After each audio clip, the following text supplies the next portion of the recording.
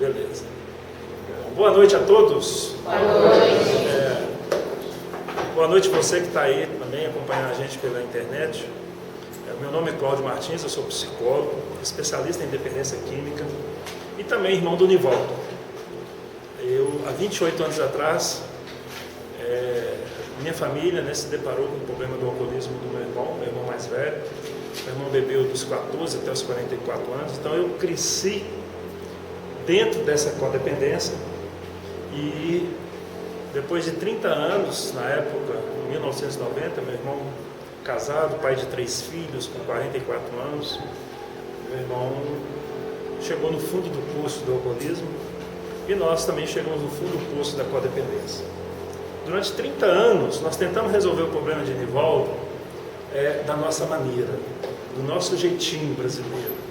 Então, tudo o que vocês puderem pensar, nós fizemos para resolver o problema de Nivaldo. Montamos negócio para Nivaldo, arrumamos emprego para ele, emprestamos dinheiro para ele, arrumamos carro para ele, e tudo que a gente fazia não dava certo. Minha família foi adoecendo tanto, mas foi adoecendo tanto, que minha família chegou a um ponto, meu irmão já estava no final da dependência dele, no final do alcoolismo dele, já estava com 38 quilos, tomando um garrafão de pinga numa noite, e no outro dia brigava com a mulher porque não lembrava que tinha bebido. Nesse estado que nós chegamos na família de Caná, e foi nesse estado que nós conhecemos o amor exigente. A minha família estava tão maluca que minha irmã uma vez montou uma vidraçaria para meu irmão. Um homem que não aguentava ficar em pé ia subir na escada para colocar vidro. Quem estava mais doido, Nivaldo ou nós? O outro, meu irmão, uma vez comprou um táxi para Nivaldo, trabalhar em Três Corações. Um homem que não conseguia dirigir a vida dele ia dirigir táxi. Então não adianta a gente ficar querendo resolver o problema da nossa maneira, porque da nossa maneira não dá certo. Se desse certo, vocês não estariam aqui. Nós não estaríamos aqui no Amor Exigente. Mas nós somos teimosos. Você sabe o que eu descobri ao longo desses anos todos? Eu descobri que quem tem resistência com a filosofia do amor exigente são os familiares. Quando eu fui trabalhar o amor exigente lá na fazenda de Caná, todos os internos concordaram com o amor exigente. Quem que discorda? Família. Os codependentes.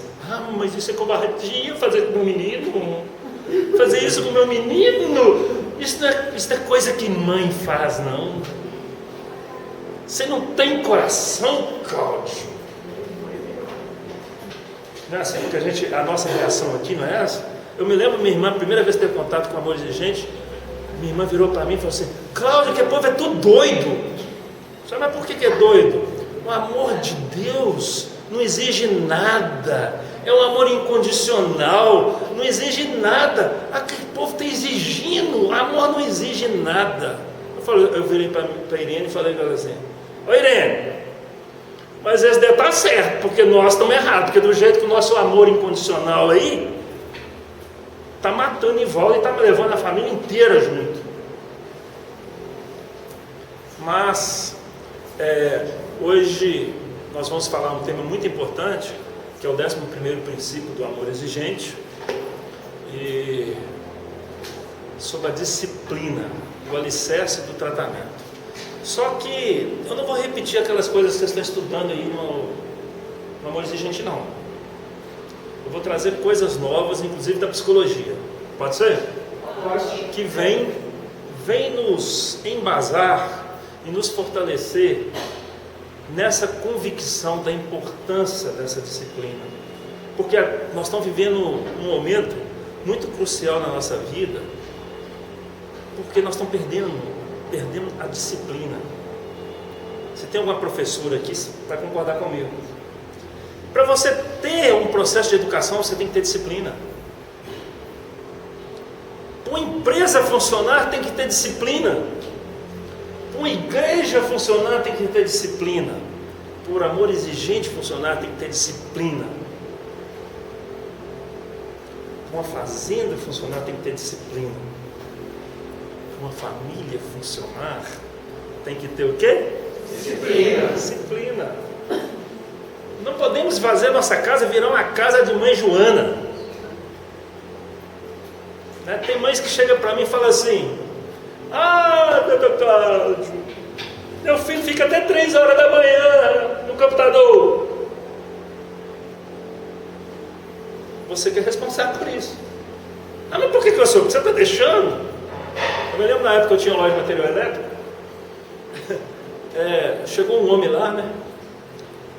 Xingando todo mundo da família dele. É porque é um absurdo isso. Todo mês eu tenho que vir comprar um chuveiro aqui, porque o povo lá de casa queima o chuveiro todos. Aí eu vendia chuveiro para ele todo mês mesmo, né? Sabe, mas por que eles estão queimando o chuveiro lá? Ah, porque você fica 40 minutos no chuveiro. Eu falei assim: mas não é só eu que sou responsável por isso, não. O senhor também é. Como assim que eu sou? Vocês estão deixando, o senhor está deixando o seu filho ficar 40 minutos no chuveiro. Mas o que eu tenho que fazer? Estabelece 10 minutos no chuveiro. Passou de 10 minutos, eu vou desligar o relógio do chuveiro. Aí falei: você sabe que você tem razão? Saiu de lá, reuniu os filhos todos, a família dele era grande. Falou assim: a partir de hoje é 10 minutos para cada um. Depois disso nós vamos desligar o chuveiro. Ele desligou uma vez só. Os outros todos aprenderam. E aí eu perdi o cliente do chuveiro. Disciplina. E quem tem que colocar disciplina em casa? É um garoto de 19 anos? É um garoto de 15 anos? Quem tem que colocar disciplina em casa? Somos nós, pais. Mas vamos aqui para a gente refletir um pouco sobre isso. O Aurélio diz o seguinte: regime de ordem imposta ou livremente consentida. O conceito de disciplina. Ordem que convém ao funcionamento regular de uma organização. Ordem. Eu costumo dizer, quem já leu meu livro, né, deve lembrar desse texto. Eu sou o único brasileiro que quer mudar a bandeira do Brasil. Você já viu alguma passeata querendo mudar a bandeira do Brasil? É um consenso de todo brasileiro. Nós todos amamos a nossa bandeira. Mas eu quero mudar a bandeira do Brasil. Qual a mudança que eu quero fazer lá? Ordem é progresso. Ordem é progresso. Se você quer progredir em qualquer coisa na sua vida, inclusive no seu tratamento, você tem que ter ordem. Senão você não vai progredir. Não é à toa que está lá na bandeira, mas está errado, não é aí, você é. Ordem é progresso. Bom, outra definição da disciplina, segundo Aurélio: observância de preceitos ou normas. Então, quais são os preceitos, quais são as normas que nós estamos adotando na nossa casa?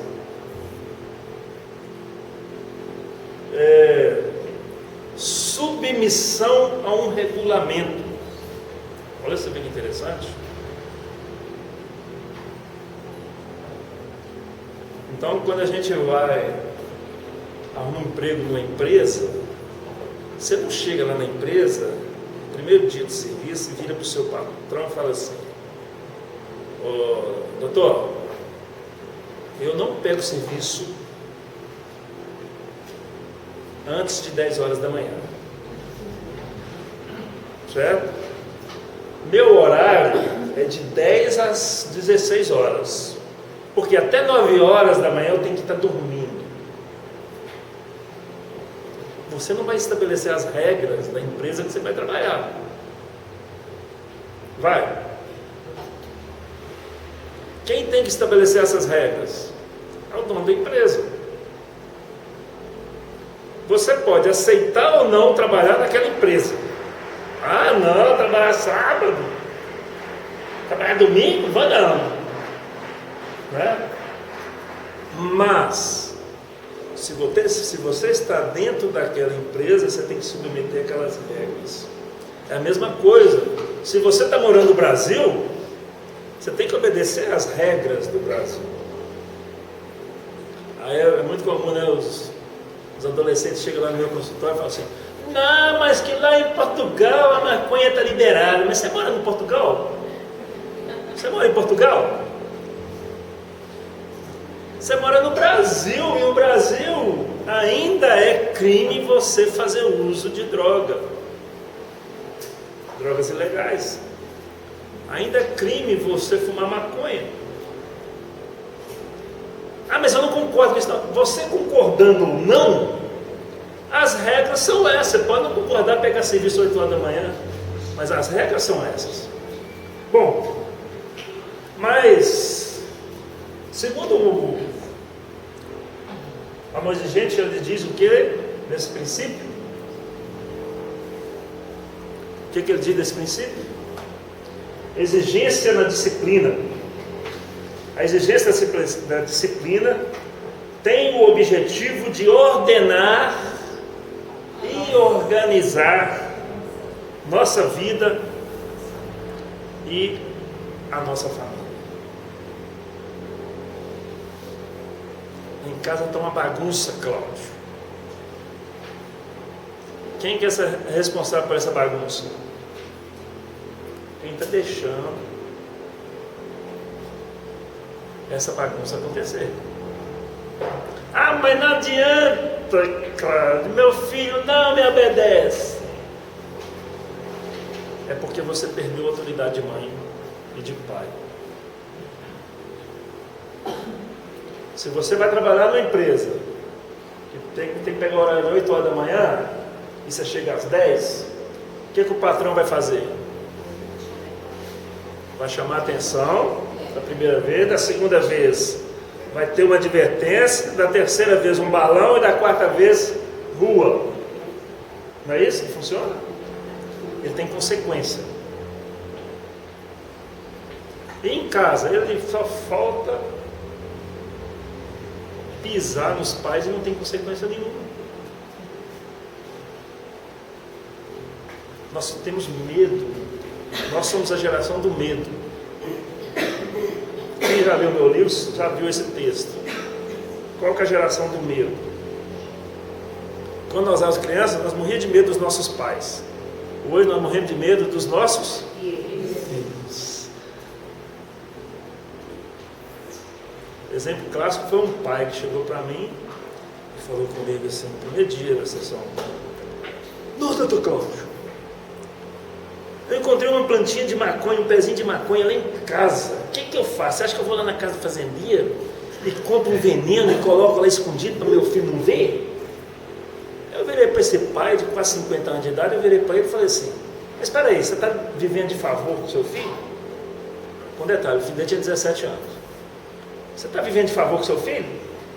Não, por quê? Ele que paga a conta de água, de luz do supermercado, né? Ele que... Não, tudo sou eu. Então por que você tem que fazer alguma coisa escondido do seu filho? Por que nós morremos de medo deles? Ou eu estou exagerando? Hã? Nossa, se eu falar, ele vai brigar comigo. Você sabe por que briga com você? Para você ficar com medo dele. Porque ele sabe, se ele levantar a voz com você, você vai afinar. Aí, o codependente, ele é daqui da paz. Não, vão levando na corda bamba, vão evitar o conflito. Você não vai resolver esse problema sem antes gerar a crise. Está lá escrito da literatura do amor exigente. A tomada de atitude vai gerar o quê? Crise. A crise tem que fazer o que com ela? Ser administrada onde?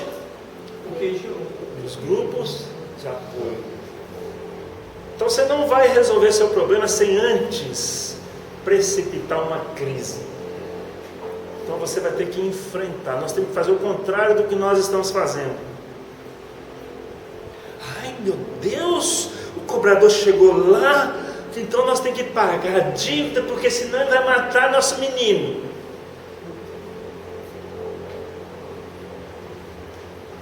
porque senão vai ficar pior. Se eu não der dinheiro para ele, ele vai roubar na rua, ele vai levar você à falência e depois vai roubar na rua, quando você não tiver mais dinheiro para dar para ele. Vocês entendem isso? Não? Sim. É fácil vocês entenderem, né? Porque isso tem acontecido lá, né? Não é isso? Bom, e o que é o tratamento? Segundo Aurélio, é ato ou efeito de tratar-se. Trato. Boa explicação, né, Aurélio? Terapia, processo destinado a curar ou paliar. No nosso caso é um paliar, que infelizmente essa doença não tem cura. Um dia eu falei com a paciente minha, assim, né, que nós, codependentes, eu falei, mas doutor, você também é codependente? Eu sou irmão de Nivaldo. Vou morrer codependente, porque sou irmão de Nivaldo. Mesmo Nivaldo faleceu já há 8 anos, eu continuo sendo irmão de Nivaldo. Eu fui criado num ambiente onde a gente não podia falar dos nossos sentimentos. E aí que gerou a codependência. Já percebeu como é que nós temos dificuldade de falar dos nossos sentimentos? A diferença é que a gente tem que ficar tratando pro resto da vida. Os dependentes que estão lá na fazenda ficam falando, não, Cláudio, mas 9 meses é muito. Eu falo assim, ih, você está achando ruim? Tem uma péssima notícia para você. Qual? Você vai ter que tratar nos próximos 100 anos da sua vida. Porque enquanto você estiver vivo, você é um dependente químico em recuperação. E nós também com codependentes. E nós também com codependentes. Mesmo fazendo uso. Eu falo que é igual o hino do Flamengo. Uma vez Flamengo, sempre Flamengo. Uma vez adicto, sempre adicto. Uma vez codependente, sempre codependente. Vocês viram o Fantástico do hino? Vocês viram os codependentes, os portadores da síndrome de Down? Sim. Quando eu assisti aquilo ali, eu vi aquilo ali, eu lembrei de todos vocês. Nossa Senhora, nós estamos tratando o nosso dependente como se fosse portador da síndrome de Down. Incapaz de fazer qualquer coisa. E os meninos, a experiência deles foi tão marcante de ter ficado longe dos seus codependentes. E você sabe por que eles estão doidos para sair de casa? Vocês sabem por quê? Porque eles estão querendo a autonomia que o codependente não deixa eles terem.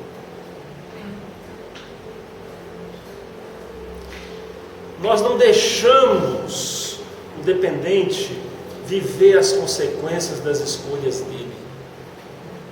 E se ele não vive as consequências das escolhas dele, como que ele vai aprender com os erros dele?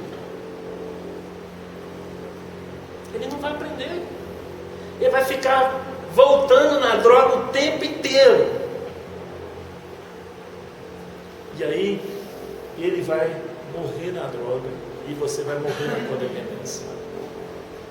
Enquanto você estiver protegendo seu filho, teve um da síndrome de Down que gostou tanto da experiência de ficar longe dos pais que resolveu morar sozinho. Você viu lá?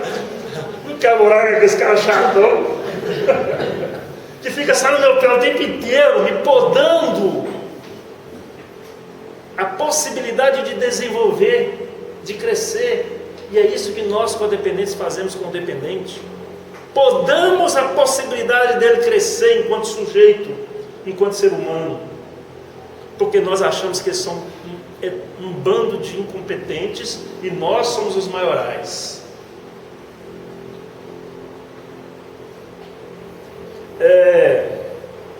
Bom, vou passar mais para frente aqui. Eu gostaria de convidar vocês a fazer uma pequena viagem na história da humanidade. Onde é que surgiu toda essa bagunça? Correto? E aí eu vou pegar um livro, de todos os livros que eu estudei na psicologia, o que mais me marcou, nós ficamos o semestre inteiro estudando esse livro. Não aconselho vocês a ler esse livro, vocês não vão entender nada. a não ser que você seja psicólogo, psiquiatra, médico, alguma coisa nessa área. Porque é um livro muito denso, e nós ficamos 6 meses estudando esse livro, numa matéria que chama ética, que tem tudo a ver com a disciplina.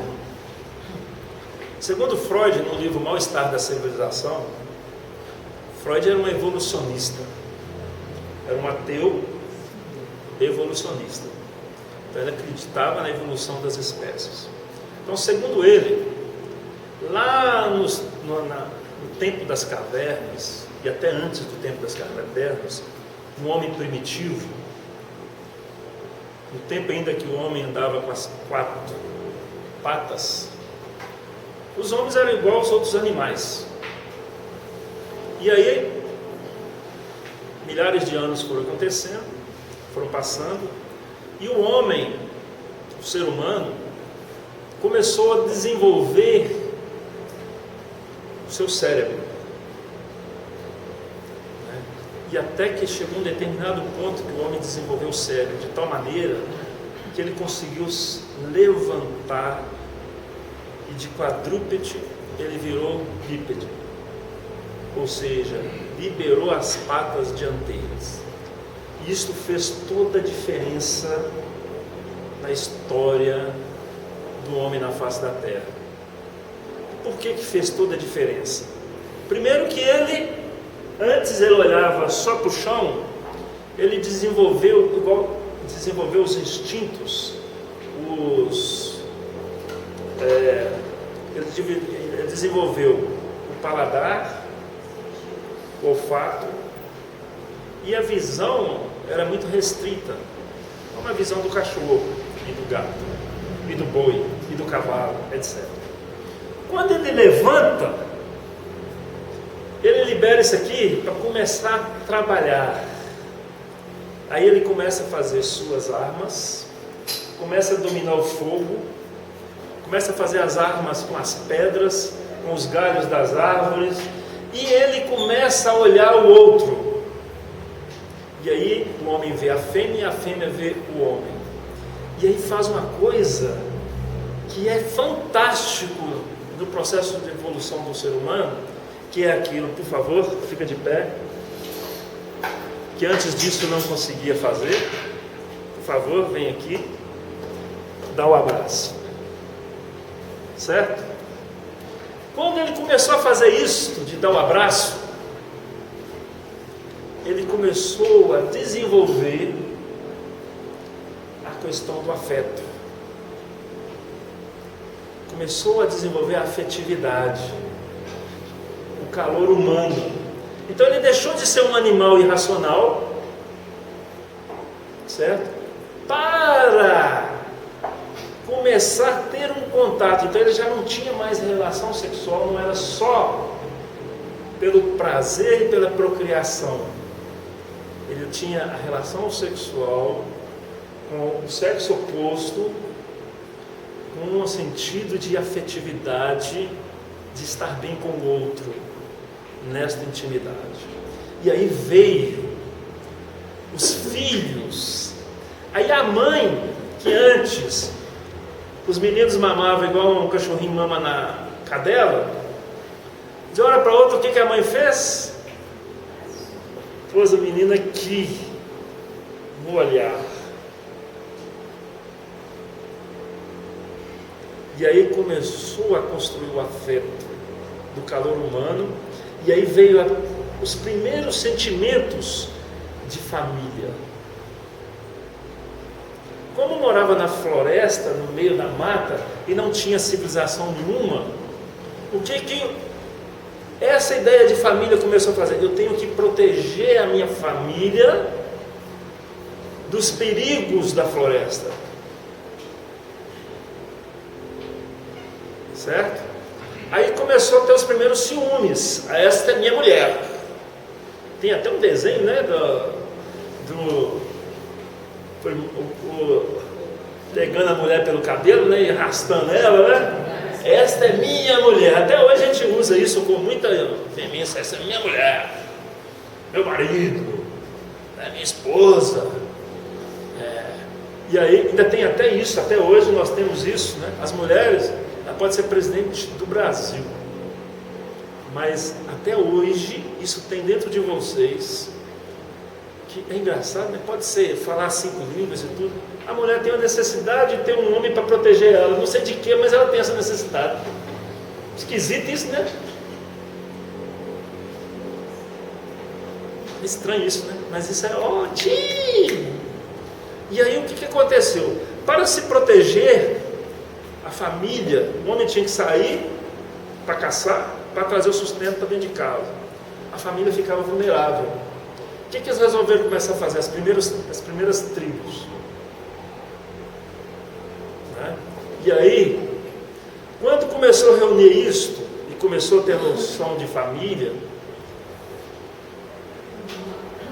diz o Freud que isso virava uma zona, porque não tinha regras para estabelecer isso. Então todo mundo traindo todo mundo, aí veio a ideia da traição. Né? Ficou com minha mulher, a confusão toda. Aí veio a ideia de estabelecer princípios de funcionamento das primeiras aldeias, há milhares de anos atrás. Onde é que eu estou querendo chegar com vocês? Aí o ser humano foi construindo regras, e aí nasceu a primeira instituição que vai estabelecer essas regras. Aliás, a primeira foi a família. A segunda foi, ao estabelecer essas regras, tinha que definir o líder da aldeia. Até hoje os índios têm isso, o pajé, né?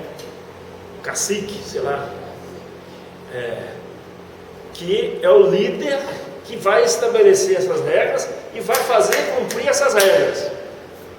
Olha a disciplina aí, para a sociedade funcionar. Porque sem essas regras, a sociedade não vai funcionar. Estão me acompanhando? Sim. Está difícil? Está fácil, né? Bom, e aí o que acontece? Isso eu já falei. Esse homem primitivo, antes dessa civilização, ele era movido apenas pelos seus instintos animalescos. Então, depois que ele levantou, depois que ele teve contato, depois que ele foi construindo a sociedade, ele tinha que encontrar mecanismos para barrar essa impulsividade. Foi quando foi estabelecendo essas leis. E aí o Freud vai evoluindo o processo dele de estudando sobre isso, até ele chegar no conceito do aparelho psíquico. E como a gente não tem o projetor aqui, eu vou fazer um breve resumo, bem simples, simplificar algo muito complexo. Freud descobre, lá no final do século XIX, ele descobre, na época que a ciência começou a descobrir um tanto de coisas, né, que acreditava-se que o homem racional ia dominar o mundo e que a ciência ia dar resposta de tudo e que a religião ia acabar. Que a inteligência do homem era infinita. Né? Freud vira, está todo mundo errado. O ser humano não é tão todo poderoso, não. Tem um lado do ser humano que é extremamente frágil, vulnerável. E é interessante que ele começou a descobrir isso como um bom médico, né? Freud, ele não era psicólogo, ele era neurologista. E ele vai descobrindo que o ser humano não se resolve as coisas do ser humano só com a medicação. E as primeiras observações dele, quando ele começou a trabalhar no hospital, foi com as histéricas. Tinha mulheres naquela época muito reprimidas, com síndrome de castidade, que não podia ter prazer, aquela loucura total. As mulheres chegavam no hospital, toda travada. Fazia tudo quanto é exame, nada das mulheres, os exames todos normais. O que os médicos da época faziam com essas histéricas? Abandonavam ela no leito do hospital, deixava ela lá uma semana, um mês, sei lá, o tempo que quisesse, até elas voltarem ao normal, levantar e ir embora. Freud foi o primeiro médico que teve a sensibilidade de puxar a cadeira perto dessa mulher toda torta e perguntar para ela assim: o que é que está acontecendo com você? Aí essa mulher começava a falar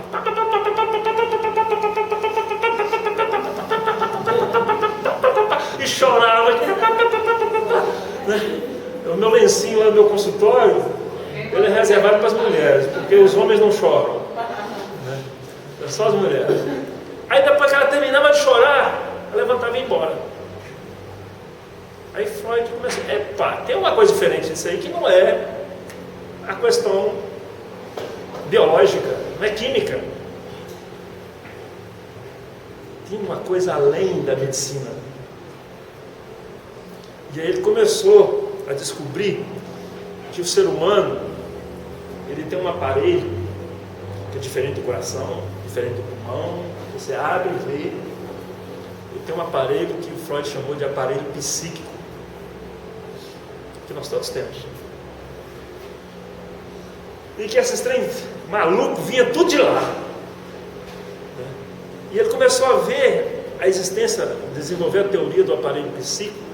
Ele começou a observar os filhos dele. Ele teve 7 filhos, né? E começou, por exemplo, foi quando ele desenvolveu a teoria da sexualidade infantil, que hoje está até perigoso a gente falar isso, né? Alguém pode denunciar aqui Bolsonaro. Que tem uma escola tradicional de Belo Horizonte agora que vai responder um processo. Você viu isso? Um absurdo. Aí o que aconteceu? Freud desenvolveu, ele começou a observar os filhos dele, que os filhos dele enchiam a barriga e continuavam mamando. Olha como é que os meninos espertos. Aí o Freud começou a descobrir que além do leite, o menino também tinha satisfação de estar no colo da mãe. Toda mãe aqui que deu de mamar já viu isso, né? Eles mamam tanto que costuma depois vomitar, né? E se deixar, ele vai mamando, porque ali ele está construindo uma relação afetiva com essa mãe. Ele está indo muito além do leite. Ele está indo no abraço, do afeto, do olhar. Ele está construindo um vínculo ali que vai ser importante para o resto da vida dele. E também é importante para a mãe. Não é isso? Ele descobriu outras coisas, por exemplo, quando ele. Esse é um ditado popular antigo, né? Que a gente diz assim: toda brincadeira tem um fundo de verdade. Isso tem origem no Freud. Freud fala, por exemplo, que uma pessoa racista está sempre contando piada de negros.